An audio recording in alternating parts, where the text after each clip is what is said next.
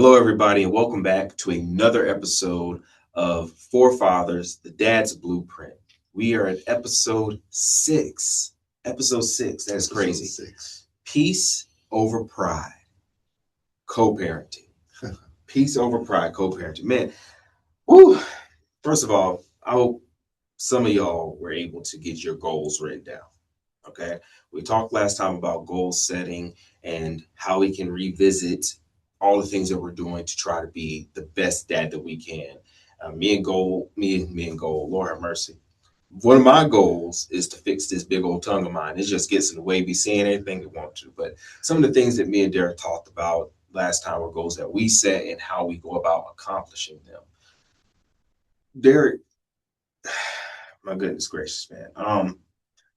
This has been a wild year so far. Yes, it has. By the time y'all listen to this, we may or may not be in another war. I'm not quite sure what's going on. It's unsure times out there.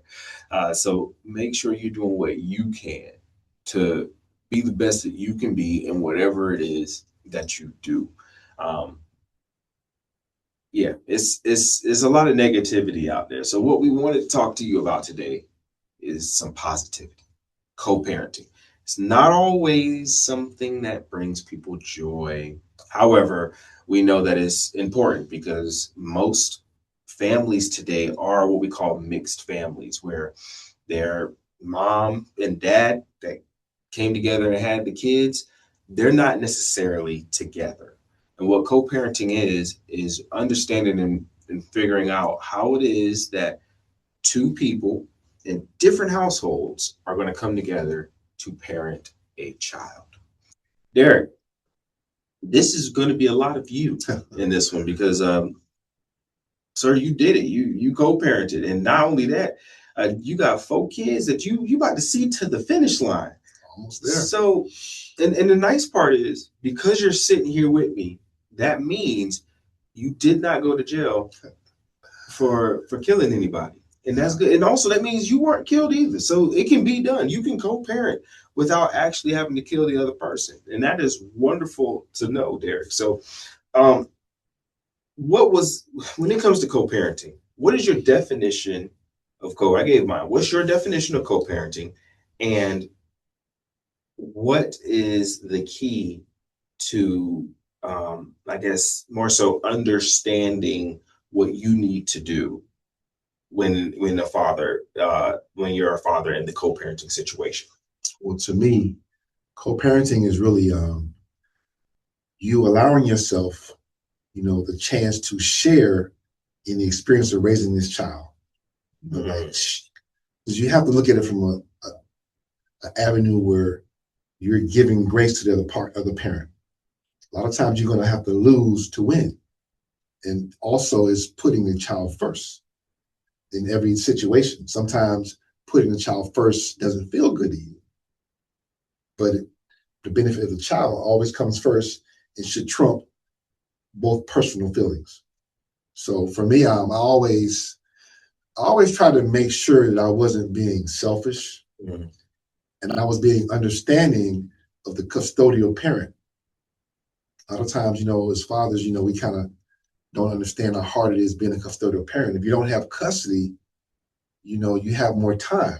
If you have custody, you have less time. So just navigating, when you talk about co-parenting, you're either going to have the time or the support. You don't usually get both, So it's not easy, but it's manageable, but you have to humble yourself to the situation. And just to clarify, when he says custodial parent, we all hear about child custody. That's what we're talking about. A custodial parent is the child's primary home. Even if they do visit on the weekends, wherever they spend most of their time, that is the custodial parent.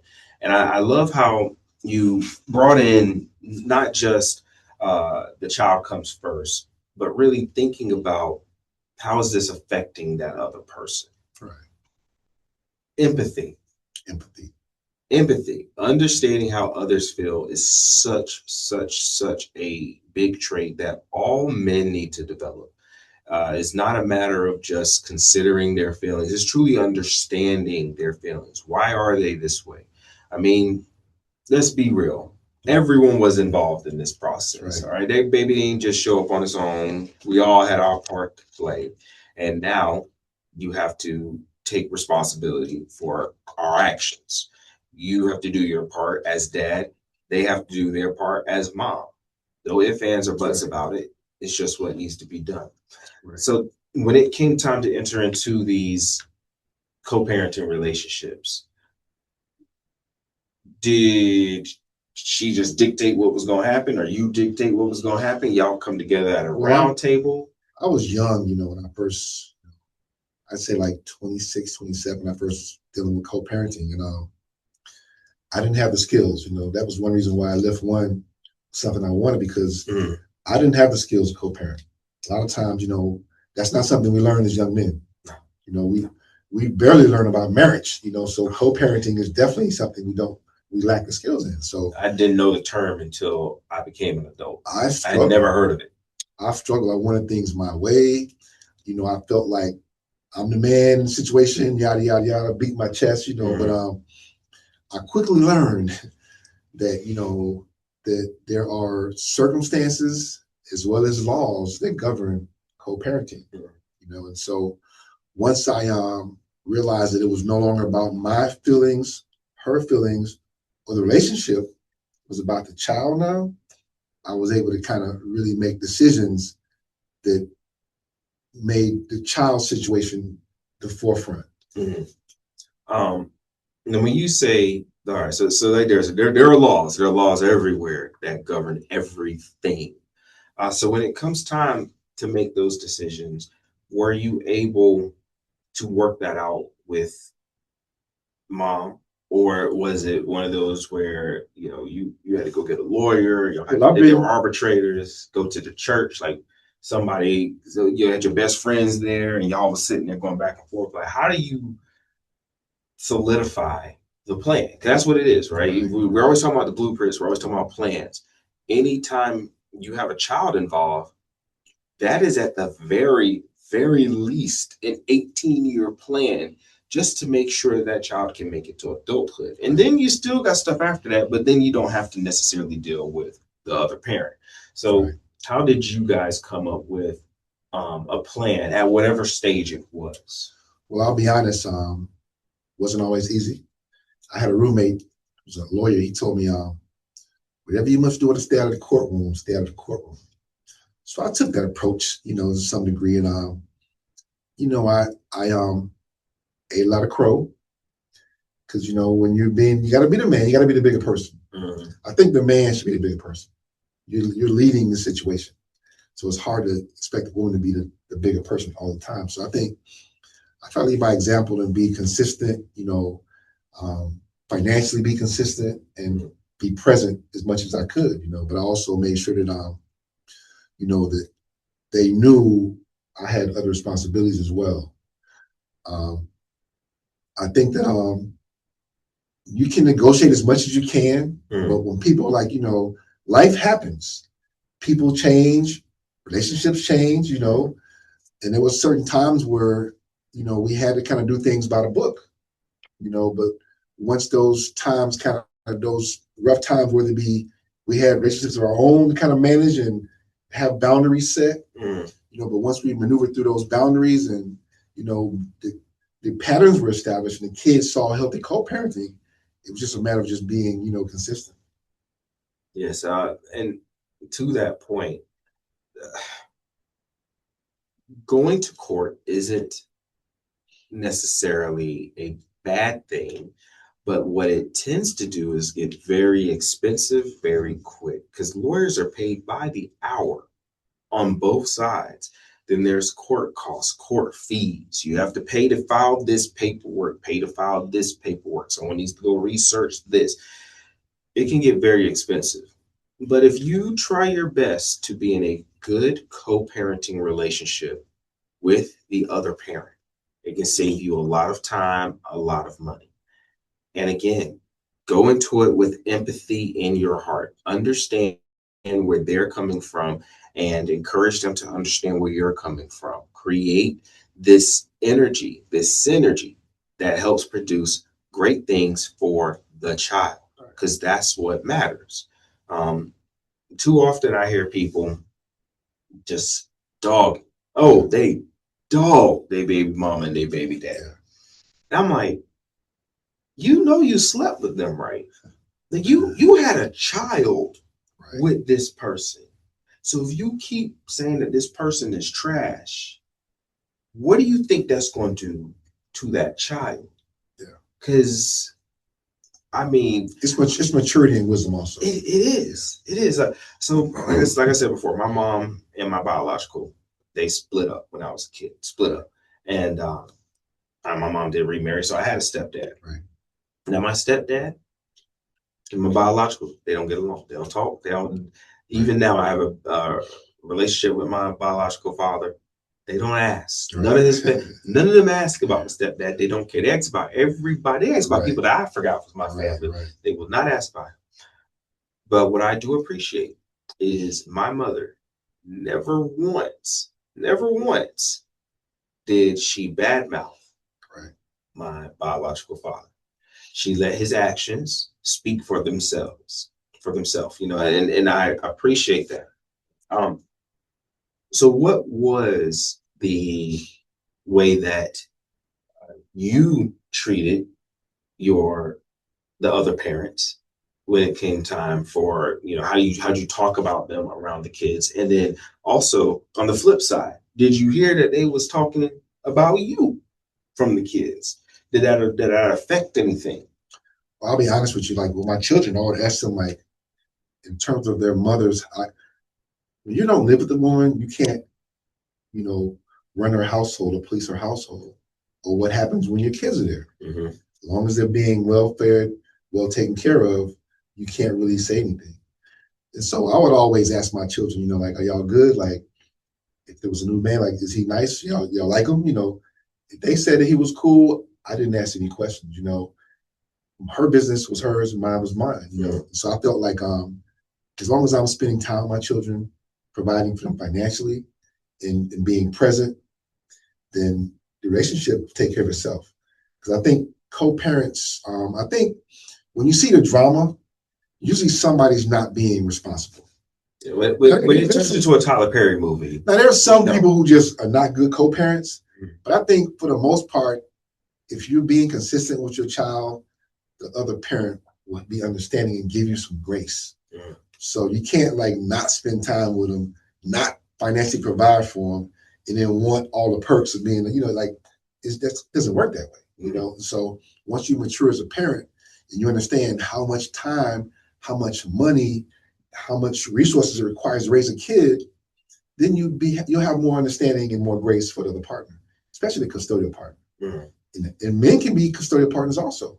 So, studies show that men with custody, the children actually fare better, so it doesn't matter who has custody, but the custodial partner does have a lot of responsibility than the non-custodial. So I think the old saying, you get more bees with honey, I use that. I would always do more instead of doing less. So for those that might not be in such a blessed situation where they baby mama is not calling them their name, they're calling them all types of other words, they're treating them any type of other way. What is the advice for those fathers, those individuals that might be in that situation? How can they try to turn the situation into something that is manageable, not necessarily positive, but just not negative? I would recommend with people who are not going to negotiate with you or get along with you. You can't control that. What you can do is, custodial paperwork can be done so you can have custody, visitation rather. Mm-hmm. It's a different courtroom than child support. So visitation paperwork can be done where you will be able to see your child when the judge says you can. And they will have to make sure the child is available during those times. So I recommend. She's like, I'm doing it. You can't see your child. Get it written. Yeah, no judge is going to stop a father who wants to see his child from seeing his child. Mm-hmm. Contrary to what people say, do your paperwork visitation, and the court will give you a time frame to see your child. And that way you can always continue to grow with your child while the other parent figures out what they're going to do, because you can't make somebody, like, it might have been a bad breakup. Sometimes wounds take Usually years. In this situation, it is a bad breakup. Wounds take years, but you want to be the example for the child to see. Mm-hmm. All you control is yourself. Fair enough. So I know for me, the one thing that I always try to focus on, tell people to focus on, is, again, remember why you're doing this. Why are you trying to make this co-parenting work? And it's because you don't want your kid to grow up and be in the same situation that you're in. Right. And that means that you probably going to have to swallow that pride, do what you got to do to make things happen. But to Derek's point, the mom is not the only one that can be the custodial parent. Men can have custody too. If you think that you deserve more time with your child, or that your child should be living with you, if that is in the best interest of the child, seek it out. Go for it. Why? Because it's all about the kid. Okay, it's all about the kid. And yes, we know that we make mistakes as men. We know we do. We do it all the time. We're men. I get it. But at the same time, that does not mean that you should forego the opportunity to put your child in the best position possible, simply because mom said no. Right. I think co-parenting is a great, when I look back and culturally, like, even just not in our culture, but in general, divorce rates are higher, like, people remarry a lot. So co-parenting is like the new norm. It is. So if you don't have those skills of step-parenting is just, if you're a step-parent, that means nothing. So, okay. Yeah. Yeah. So co-parenting, those skills are going to be very valuable going forward, until, the marriage rates, lower, divorce rates lower. You're going to have more parents who are raising children in different households, so that's where we are as a society. So yes, having this skill set of co-parenting is very important. And to add on to that, another C word that goes along with co-parenting is conflict resolution, right? Because that's what a lot of the issues come in with co-parenting. Right. Everyone wants their way, and they don't know how to solve it when those don't quite match up. Reach out and figure out, what are some conflict resolution tips that you can take. Look up videos online. Go to the website and figure out, like, okay, what are some opportunities that Lift One offers to help me understand how to do conflict resolution. Figuring out the best way to communicate with your parent, because that's what it is. It's your parent partner. You're both sitting here with the same goal. You both want the goal of taking this kid and making them the best individual that they can be. Well, how is it that I can communicate with them to get this? Does it mean that I need to maybe just stop being a jerk, being, a smart aleck? Because I know my mouth's slick. Yeah. It's slick. Now, I don't co-parent with my wife, but let me tell you something. There are times where I say stuff and I'm like, I probably shouldn't have said that there. Yeah. Do I apologize? Absolutely. Learn to apologize. Admit when you're wrong, but also understand that it's a two-way street. Mutual respect, conflict resolution. These things are just, they have to happen. They're so important when it comes to co-parenting. Yeah, you need a mediator if you can't get along with someone. You need a mediator, but legally there's nothing you can make them do outside of the courtroom. Mm-hmm. So if you're at the stage where, like, I know early on, when my children were very young, and my finances was not in good standing, I had a lot less patience, and I was a lot more, prone to go off. More shoes? I just bought shoes, but as you matriculate and the kids get older, wisdom sets in, compromise sets in. But like I say, as a father, you're going to take the high. If your kids are going to come out fine, you're going to lose more than you're going to win. That's just the way it is. Mm-hmm. Somebody's got to be the bigger person. And it's like the saying, you have to lose sometimes to win. Sometimes losing an argument, you want to lose a battle, but you want to win the war. Exactly. So I took that to heart. And I also that's one of my mantras. Listen, I might lose this battle, but I'm going to win the war. Right. And that's what matters. Because ultimately, you want the best for your child. So I didn't want my children seeing me and them argue or seeing certain habits or traumas that I experienced. I didn't want my children experiencing those same traumas. So when you see you can make a difference in your child from your past, you got to take advantage of that. Absolutely. You know, Absolutely. and if you don't, I think it's being selfish. If you put your kid through the same thing you went through when you didn't have to, I think that's being selfish. Selfish and ignorant. Yeah. It's just ignorant. Why would you You have a want choice. to have your kid experience that? Like, no, absolutely not. There's no reason to have your child experience that. Um, what if I'm a dad, Right. and mom, their mama got me on child support. Derek, I can't afford it. I can't afford child support. I'm doing the best I can. I'm feeling like a young Derek. I got 3 jobs. They taking all my money. Man, I when do I even have time? And she's complaining that I'm never with the kids, but I'm always at work to try to pay for the child support. Right. Why is she always breathing down my neck? Maybe I should just let her keep the kids and give up. What's your advice to that parent? Well, let me tell you something. I mean, there was a time where I had a good job and I was broke, you know, because of child support. I was not smart with my family planning to make and so there was times where, I went without a lot, but I think I always had faith that I was doing the right thing. And I knew that I wanted my kids to have better than I had. So having those principles, kind of guided me. So when I had rough times, I'm not going to lie, I had family that supported me. I had good friends that supported me, And we talked about that last time. If I was dating somebody, like if they couldn't babysit, we couldn't really do a lot. You know what I mean? So I made sure that I made sure that I dated purposefully, with people who I thought were good co-parent or could help me co-parent, because I was always working a second job too. So I think for fathers, when you're young, you have to look at it in terms of like, where do you want to go in life with your kids? Like you can't look like so present state. You got to look future state. So for me, it was like, you know what? This is what I want. These are my goals for my children. I got to put in the work. You made the bed, so you got to lay in the bed. So as long as you accept your responsibility, get around some good people, like Lift One, some other organizations, like some fatherhood circles, get some good friends who are fathers, and put your head down.